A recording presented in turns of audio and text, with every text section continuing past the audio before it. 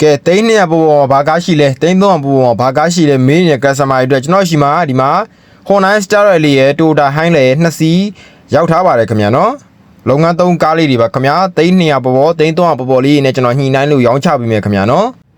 ဒီကားလေးတွေကတော့ငွေချမ်းရမယ်အလဲထက်ရပါမယ်ခင်ဗျာအရေးကြလေတော့ဒီကား2စီးကမရအောင်နော်ဈေးနှုန်းလေးရလဲအသင့်တင်လေးနဲ့ကျွန်တော်ညှိနှိုင်းရောင်းချပေးရမယ်ခင်ဗျာတစည်းချင်းစီလဲမော်ဒယ်ဈေးနှုန်းလေးတွေကျွန်တော်ပြောပြရမယ်ခင်ဗျာနော်ကဲဒီကောင်လေးကစုံမထွက်လေးရလမ်းနဲ့အဲလေးကဲဒါလေးကတော့ Honda Star Rally ပါနော်တလုံးကနဲ့ H10 ပါခင်ဗျာဘကိုးလိုင်စင်းနဲ့ရပါမယ်ခင်ဗျာလိုင်စင်တက်တန်းလေးကတော့ဒီကောင်လေးကတော့နီးပါပြီနော်အလွိုင်းပက်လေးနဲ့ရပါမယ် Manual 2E ပါခင်ဗျာနော်2006 model ဖြစ်ပါတယ် TCI Turbo Manual 2E ပါဆေးလောက်ချက်လေးတော့ပါတယ်နော်ဆေးလောက်ချက်လေးတော့ပါမယ်အင်ဂျင်ဂီယာဘောက်ကတော့ကောင်းပါတယ်ခင်ဗျာနော်ပါဝင်2ပေါက်နဲ့ဆေးလောက်ချက်လေးဒါလေးပါတယ်နော်ရှေ့ဘောနက်လေးတွေခေါင်လေးတွေလုံငန်းသုံးမယ်ဆိုရင်တော့မလုံလေးရတယ်ခင်ဗျာနော်